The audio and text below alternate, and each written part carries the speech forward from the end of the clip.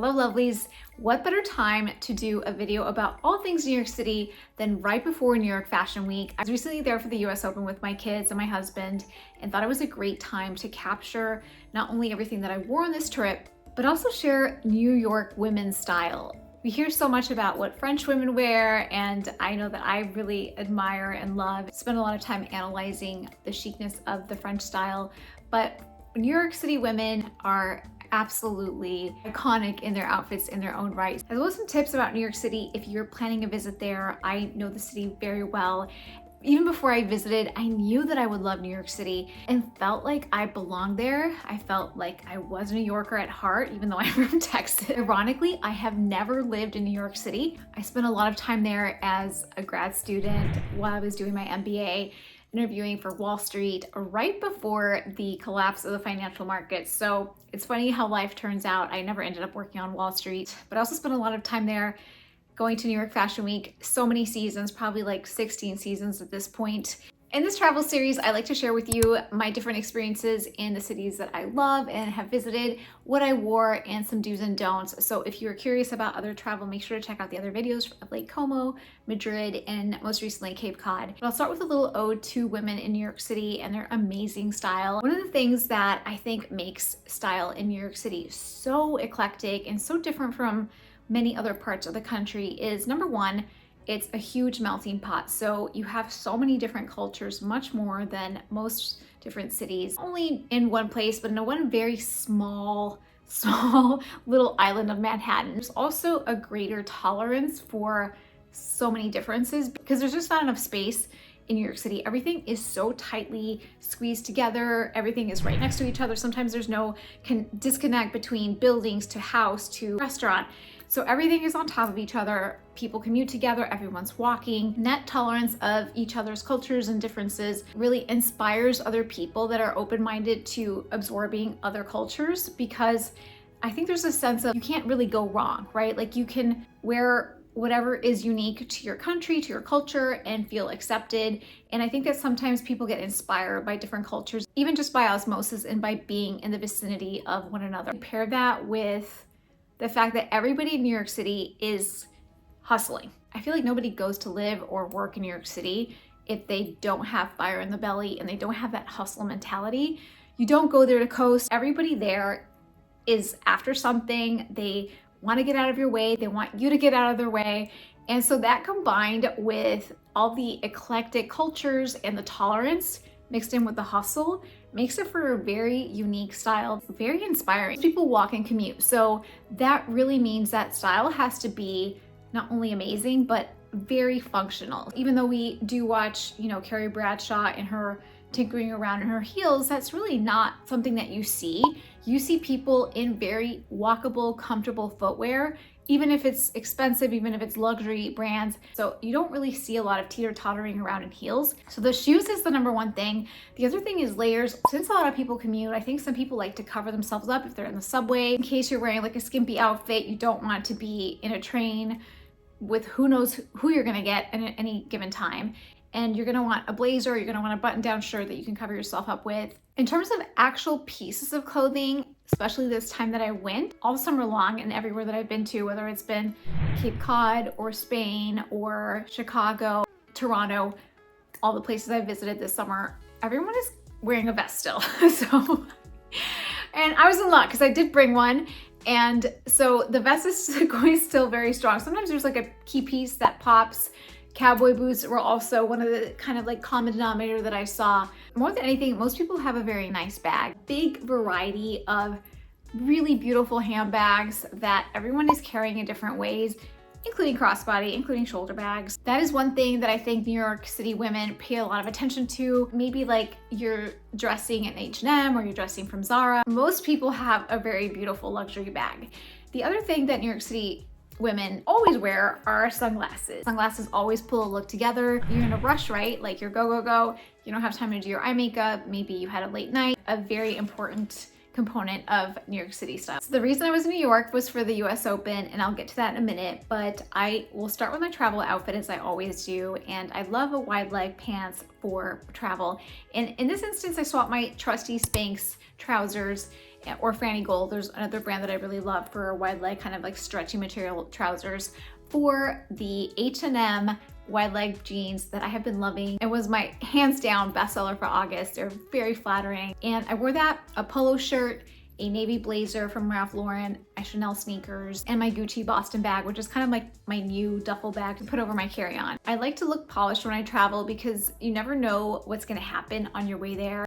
There's people that you might run into. I always wanna feel a little bit more put together than I would prefer. If it was up to me, I'd probably show up in pajamas. The hotel wasn't ready at the time, so we headed to the water to go see the Statue of Liberty. We actually have never done that before. Took the kids on this thing called the Beast, and I was still wearing my travel outfit. We got back and we had a photo shoot with my absolute favorite photographer, Rocco, who, by the way, if you're ever looking for a photographer in New York City, whether for family pictures or you just have an event or you want to shoot something, I will put his information down below. He's phenomenal, so easy to work with, and he's just top notch. I credit him for showing me how to take content pictures, because I literally reached out to him in 2018 and said, hey, I'm like a new fashion person, like, do you want to collaborate? I would never do that today. I would never reach out to anybody and be like, hey, do you want to take my picture? When you're innocent and you're naive, you tend to do things like that. We had a shoot with him and it was really fun because I like to make that into my holiday card that I end up like never sending out, but I love to capture these family moments. Ended up ultimately wearing to dinner with that night was a little black dress by Amazon that I think is $40, I want to say, and it is so beautiful, so dramatic. It looks so much more expensive than it is. It's a beautiful A-line skirt that just flares out, so it's flattering on so many different body types. So if you're interested in something like that, like for a wedding guest dress or just to have a nice LBD in your closet that's not form-fitting, this is a fantastic find. I also wore my Inez platform shoes that are so comfortable, it's ridiculous. And I have a 15% off discount code for them. They specialize in heels and they just make beautiful shoes that last so long and you can walk, maybe not for days, but for a long time. I love metallics because they tend to go with almost everything. So usually when I'm traveling, I like to take metallic shoes and a metallic bag. It coordinates with everything. And that evening we went to Quality Bistro, which is a French restaurant in the Midtown area, and it was so good. Amazing bread, and I really can't recommend it enough. It also felt like a lot bigger than most New York City restaurants, and the decor was so gorgeous. It was very, very classic. A lot of times in New York City, the restaurants just feel so tight, like you're sitting right on top of each other. So I was there for the US Open. My kids had this opportunity with their tennis school to actually open the Open. They got to go on the courts and play tennis for 15 minutes in front of everybody. So that's, I mean, kudos to them. I would have been terrified. And if you've never been to the US Open, it's kind of like Lollapalooza meets, or any music fest meets like a PGA or a Masters or like a golf event. It's overwhelming in a good way. There's so many courts, there are so many people. Everybody somehow is really put together and looks very chic.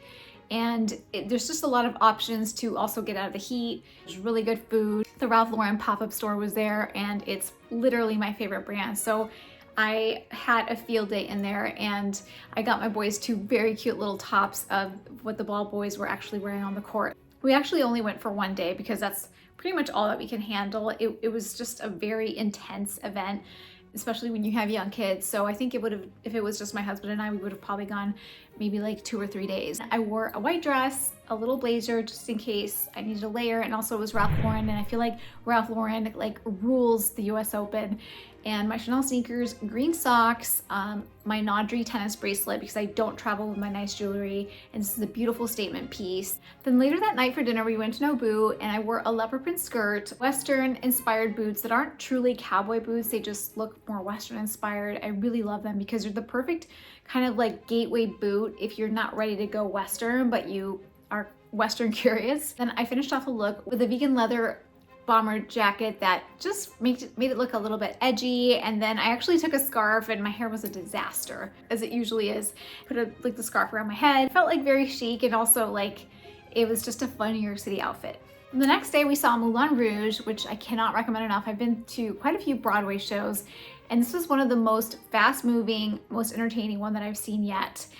For that I wore black pants with a slight flare leg and a pink sequin top, and I just wanted a little bit of a fun kind of like shaky shimmy moment. And then later that night we went to the Waverly Inn, which is one of my absolute favorite restaurants there because the biscuits are to die for. Like if you're a biscuit bread person with butter, oh my gosh, so good. The garden is beautiful. It has like kind of like ivy all over the wall, and it's just a very magical place. And for that, I wore a little black dress that was very backless and had kind of like a drapey thing in the back that was a little complicated, but I was literally just going from the Uber to the restaurant and then back home. So I could afford to not have a super functional outfit. So I'll start with where to stay if you are going with your family. I think if you're going with kids, the best place to stay, in my opinion, is in Midtown. There's so much fun for them. It's very touristy, of course. The TVs and all the things going on in Times Square. And for the sophisticated traveler or somebody who's already been to New York City, you of course don't want to stay in the middle of that. However, we stayed down there at the Times Hotel. Not only did it lend itself to going to Broadway shows and Times Square and the M&M store, which is like a kid non-negotiable, but it's also super close to Rockefeller Center. A lot of kid activities as well. FAO Schwartz, American Girl doll, all the things that you would want as a kid. And it's also close to Serendipity, which is a restaurant that I absolutely recommend that you go to if you are with kids or just love ice cream and desserts or just kind of want like a fun kind of like retro experience. It was featured in the movie Serendipity with John Cusack and Kate Beckinsdale. It really is one of those, you gotta kind of go. And the food is actually really good. If you want to stay in Midtown, you like the idea of that, and you have more money to spend, then I would recommend that you stay at the Four Seasons or at the Plaza Hotel. And now I've stayed at both of them, not with my kids, just by myself. Love those two hotels. Those two hotels are incredible. The Four Seasons is so spacious. It's so modern. It's got a really nice restaurant, just in a really great part of town to be accessible to everything. And the Plaza is just a classic place. I think if I could just stay in one place in New York City for the rest of my life, and price wasn't a thing, then I would stay at the Plaza, because not only is it beautiful and the chandeliers and there's tea time that you have to go to. Even if you don't stay at the Plaza, book a tea time. It is worth every cent. It's so fun. And I've done tea time in London, and maybe it's because I'm American, but I preferred tea time at the Plaza. Don't tell anybody. The other thing about the Plaza is that it smells like gardenias, and they have gardenias everywhere. And ever since I stayed at the Plaza, I had my room spray. Takes me back to that magical week that I was there for Fashion Week last year. So it was just incredible. Cool, hipper people, including my husband, like to stay downtown. I usually stay at the Roxy Hotel because it's right across the street from where all the shows are. And the Roxy Hotel is amazing because not only is it not like an arm and a leg, but also it's very spacious. And usually when I go to Fashion Week, I have so many suitcases and so many clothes that if I get a regular size hotel room, then I'm like dead in the water. So the Roxy is incredible. It's so fun. They have a movie theater downstairs. The restaurant is so good. It's like one of those things that I look forward to at the end of a long day at Fashion Week. I go back to the hotel, I sit at the bar by myself, and I've actually met some really interesting people sitting there. Like one of my really good friends I actually met sitting at the Roxy Hotel. Not only is the food great, but they also have live jazz that just is just a great way to kind of keep you company. So if you're going for business and you kind of don't want to be alone, but you don't want to go to a weird place, this is like a great spot to go. The one that I wouldn't recommend that I had a really bad experience at is Gansevoort, New York, at the Meatpacking District, also in Lower Manhattan. And I wanted to like it because it was so expensive, but I couldn't. It felt like I was at a weird modern hospital with interesting decor. The decor was so ugly and jarring. The room smelled awful. Front desk barely acknowledged me and my mom. It was such a bad experience that I shudder thinking of it. Quick little list of restaurants. So as I mentioned, I just went to Quality Bistro. If you love French food, it is so good. The other really great French restaurant, Dirty French, also in Lower Manhattan. Waverly Inn is, again, it's probably, if I had to pick one restaurant, I'd probably pick that. The Plaza Hotel has amazing dining as well. If you are not staying at the Roxy, but you just want a cool jazz vibe where you hear live music and you have like amazing lobster rolls, or like the chicken sandwich is amazing too, then go to the Roxy. Serendipity, as I mentioned, with the ice cream and desserts and nostalgia. La Cunda Verde is also one in Lower Manhattan that is really great Italian food. So all of this gushing has kind of left me without any voice, but don't forget to check out different trends for fall that are hiding in your closet, as well as the other videos in my travel series. And if you have fun with me today, don't forget to hit the subscribe button, and I hope to see you really soon.